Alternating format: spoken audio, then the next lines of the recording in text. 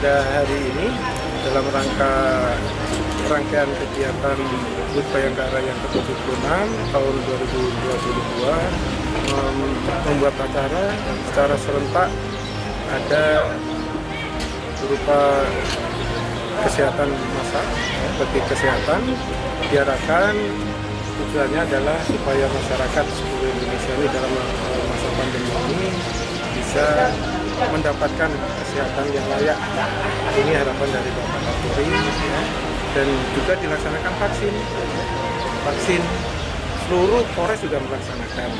Jadi Polda melaksanakan, Polres pun juga melaksanakan. Masyarakat di Gorontalo khususnya semua sudah bisa mendapatkan vaksin, mulai dari vaksin 1, 2, dan booster.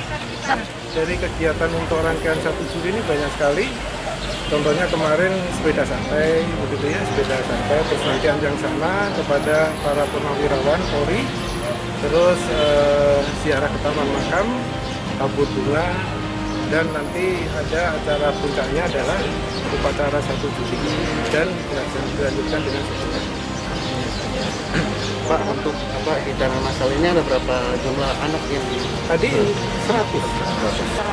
Sebetulnya sudah ada donor darah, Pak. Kemarin donor darah, kita juga untuk ini muri ya, tadi ya.